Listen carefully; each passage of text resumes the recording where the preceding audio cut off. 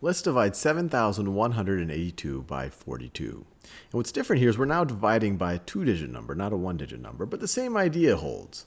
So we say, hey, how many times does 42 go into 7? Well, it doesn't really go into 7 at all, so let's add one more place value. How many times does 42 go into 71? Well, it goes into 71 one time. And we're really, just a reminder, I'm just doing the process where we say, hey, 42 goes into 71 one time, but we're really saying 42 goes into 7,100 100 times, because we're putting this one in the hundreds place. But let's put that on the side for a little bit and focus on the process. So 1 times 42 is 42, and now we subtract. Now, you might be able to do 71 minus 42 in your head, knowing, hey, 72 minus 42 would be 30, so 71 minus 42 would be 29, but we could also do it by regrouping. To regroup, you want to subtract a 2 from a 1. Well, that's not so, you can't really do that in any traditional way. So let's take a 10 from the 70, so that becomes a 60, and give that 10 to the ones place, and then that becomes an 11. And so 11 minus 2 is 9.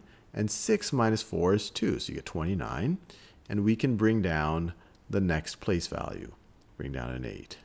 And now, this is where the art happens when we're dividing by a multi-digit number right over here. We have to estimate how many times does 42 go into 298.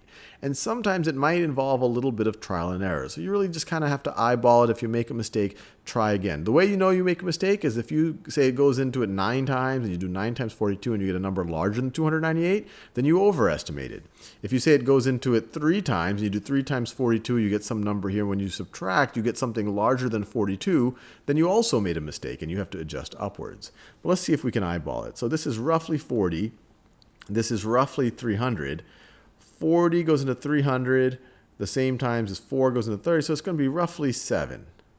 Roughly 7. Let's see if that's right. 7 times 2 is 14. 7 times 1 is 28, plus 1 is 29. So it got pretty close. My remainder here, notice 294 is less than 298, so I'm cool there. And my remainder is less than 42, so I'm cool as well. So now let's add another place value. Let's bring this 2 down.